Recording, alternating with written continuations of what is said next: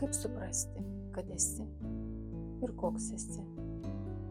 Žmogus trokšta, kad jo gyvenimas būtų paliudytas, nes kiekvienas nori jausti, jog egzistuoja ne veltui. Tai ne tik troškimas būti pastebėtam, bet ir gilus poreikis, kad mūsų buvimas pasaulyje turėtų prasmę kitiems. Mylime, dirbame, tvarkome su sunkumais, svajojame ir norime, kad kažkas visą tai užfiksuotų, prisimintų, pripažintų.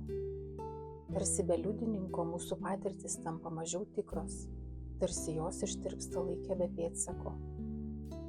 Ar medis, kuris nuvirsta tuščiame miške, skleidžia garsą, net jei niekas negirdi? Tai filosofinė dilema, kuris skatina susimastyti apie realybę ir jos suvokimą. Ar aš esu, jei manęs niekas nemato, jei mano gyvenimo niekas neliudija?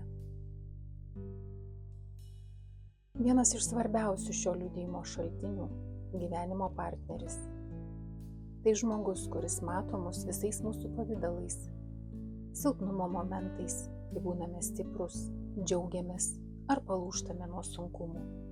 Jis tampa mūsų istorijos bendrakeleiviu ir liudytoju, saugančiu mūsų gyvenimo fragmentus, kuriuos patys pamirštame ar atmetame kaip nereikšmingus.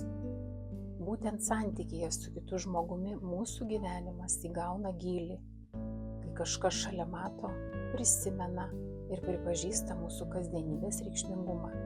Partnerio buvimas suteikia mūsų egzistencijai tvirtą pagrindą. Jis liudija mūsų buvimą, brandą, pokyčius. Jis tampa mūsų vidinio pasaulio veidrodžiu, kuris ne tik atspindi, bet ir įprasmina.